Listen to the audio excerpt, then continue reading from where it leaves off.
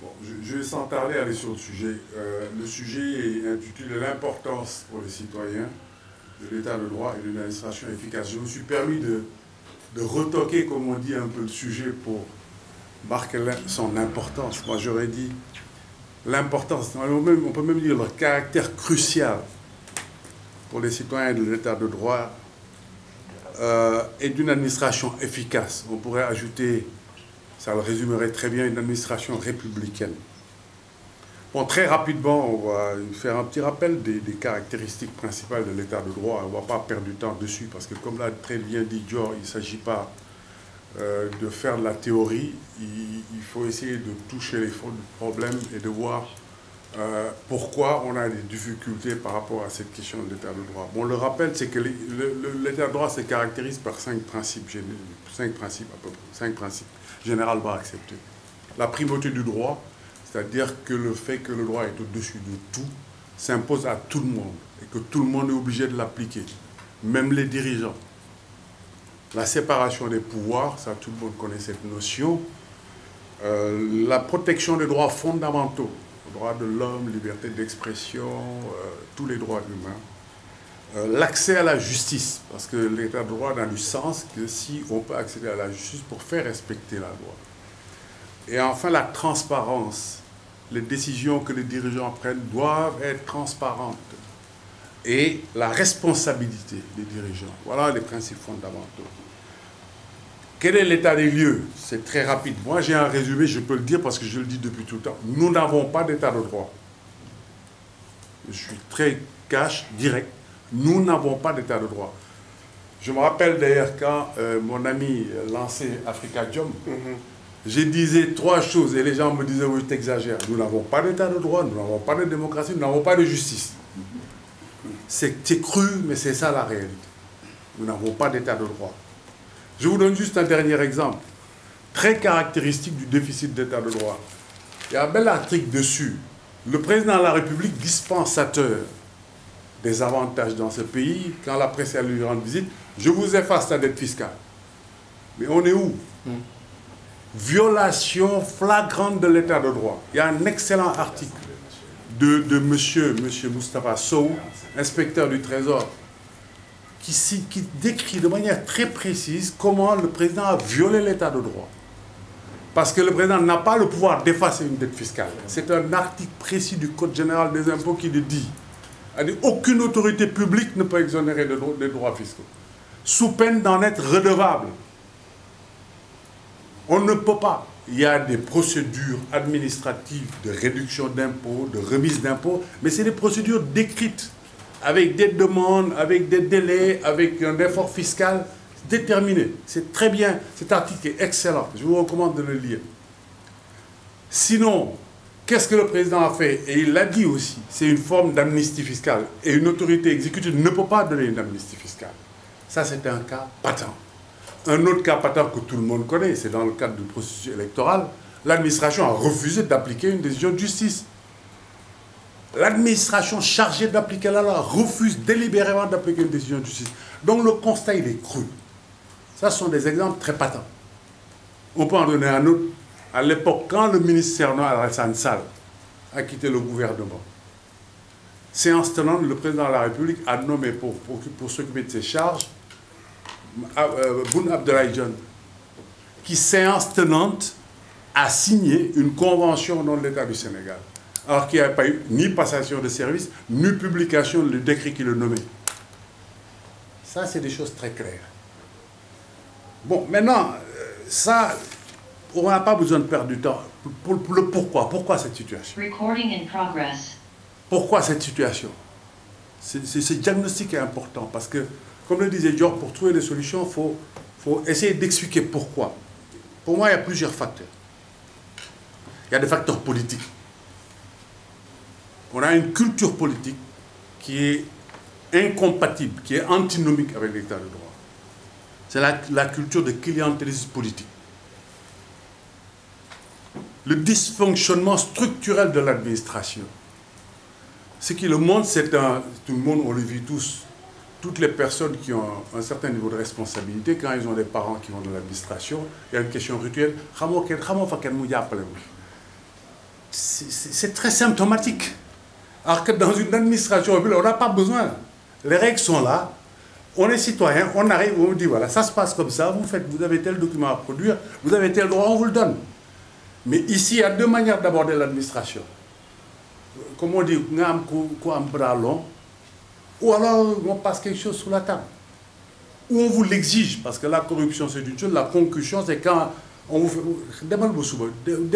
Non, papier, mais pas de quoi, mais faire comprendre qu'il faut faire quelque chose. Donc ça, cette culture et la patrimonialisation de l'administration. Aujourd'hui, chaque responsable d'administration patrimonialise son espace de responsabilité, l'utilise à des fins d'enrichissement personnel. Et c'est une question de taille de ton de chaque canton. C'est selon le niveau de responsabilité. Et c'est quasiment accepté. C'est quasiment accepté.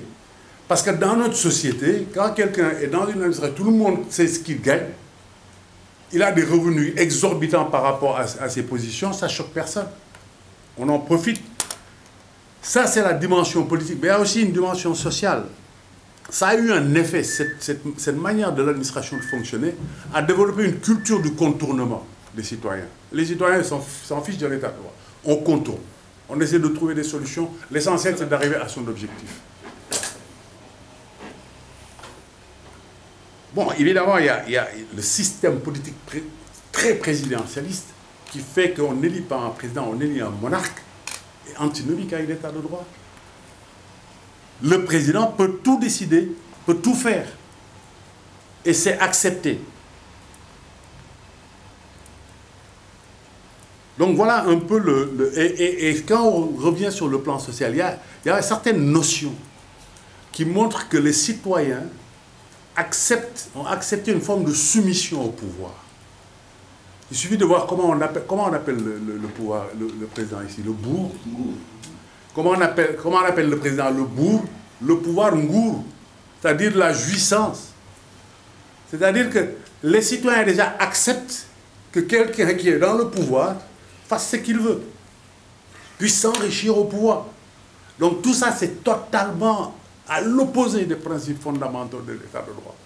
Et c'est une culture sociale. Donc ça, c'est le diagnostic. Il y a une responsabilité totalement partagée. Il y a les facteurs sociaux et culturels, les facteurs politiques qui font qu'aujourd'hui qu'on est dans cette situation. Alors, quels sont les problèmes liés à la... Il y a quand même aujourd'hui, maintenant, il faut quand même faire le constat objectif des problèmes, des difficultés liées à l'application de l'état de droit. Par exemple, il y a aujourd'hui un postulat.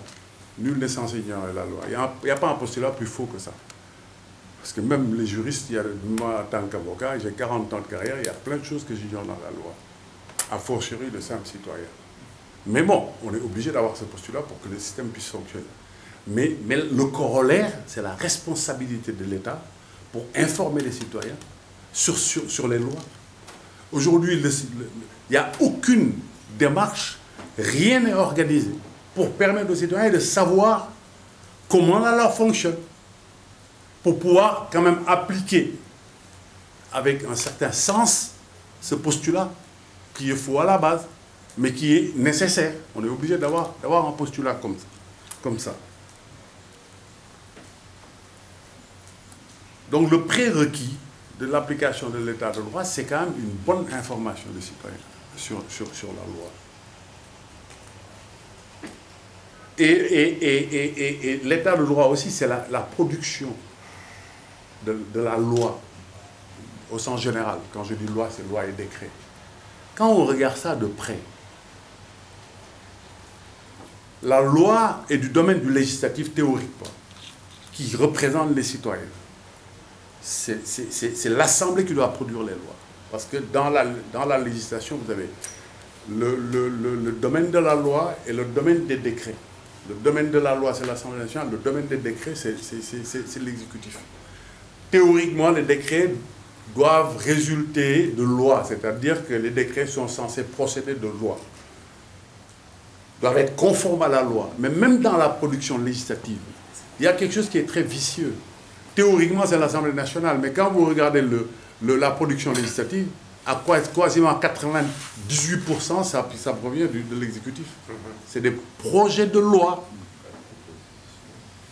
Il y a à peine des propositions de loi, parce que l'Assemblée peut faire des propositions de loi. Mais comment se décourager? On vous dit, si un député veut faire une proposition de loi, il est obligé de justifier des ressources qui peuvent permettre de mettre la loi en application. Comment peut-on demander à un député de le faire? Il n'y a aucun moyen qu'un député puisse faire ça. Donc ce qui fait qu'en fait, dans la production législative par les députés censés représenter le peuple, c'est un leurre. C'est purement fictif. Donc ça, c'est un problème dans la production législative. L'autre problème dans la production législative, c'est quelquefois le décalage entre les lois et le consensus social. Parce que la loi est censée être le produit d'une forme de consensus social. Mais on a vu ici des cas où on a pris des lois dans des conditions très rapides, mais qu'on ne peut pas appliquer.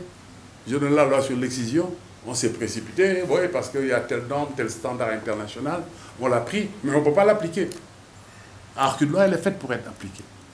La loi doit refléter certaines considérations sociales, un niveau d'harmonie sociale, un niveau de consensus social, pour pouvoir être appliquée de manière efficace. L'état de droit a des exigences. Les exigences, c'est la certitude. La certitude. La force, par exemple, des États-Unis.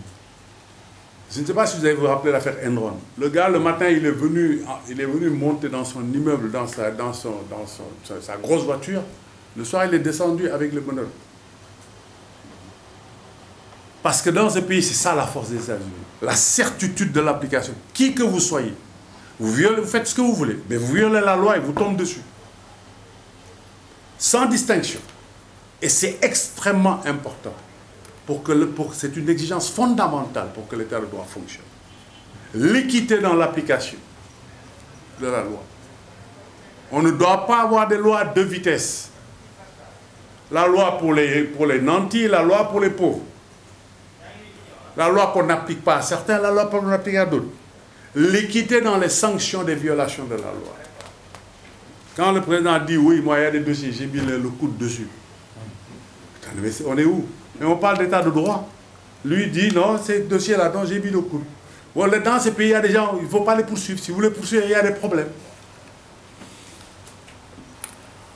C'est des brèches dans l'état de droit qui rendent la situation très compliquée. Maintenant, je vais aller aux effets positifs parce que c'est très important pour montrer l'importance cruciale de l'état de droit. La bonne gouvernance qui est consubstantielle à l'état de droit. On ne peut pas parler de bonne gouvernance sans état de droit. La transparence et la redevabilité. L'obligation de rendre compte. Ça, c'est un élément caractéristique aussi de l'état de droit. L'existence d'une administration républicaine. Ça, c'est un effet positif. Quand on a un état de droit, une administration républicaine qui est au service des citoyens, qui applique la loi de manière équitable à tous les citoyens. Et la primauté de l'intérêt général. Ça aussi, c'est un facteur très important des effets positifs de l'état de droit. L'état de droit garantit aussi la stabilité sociale, l'équité sociale, la sécurité juridique des citoyens. Et enfin, et c'est un point extrêmement important, Adam Alam, qui est là, ne me démentira pas, c'est un élément, un facteur fondamental d'attractivité économique. L'économie, le business ne peut pas se complaire d'incertitude, de hasard. Il n'y a que l'état de droit qui garantit la certitude. La qualité de l'état de droit d'un pays est un facteur fondamental dans les décisions d'investissement. Les choix des investisseurs se font souvent en fonction de ça. On ne met pas son argent quelque part où on n'est pas en sécurité juridique et quelque part où il n'y a pas une justice en cas de difficulté qui peut me rendre justice. Donc c'est un facteur c'est un investissement extrêmement rentable. Le fait d'avoir un état de droit satisfaisant. Voilà ce que je voulais dire très rapidement pour rester dans les délais. Maintenant, très rapidement, en 2 minutes, par rapport à l'interpellation de René.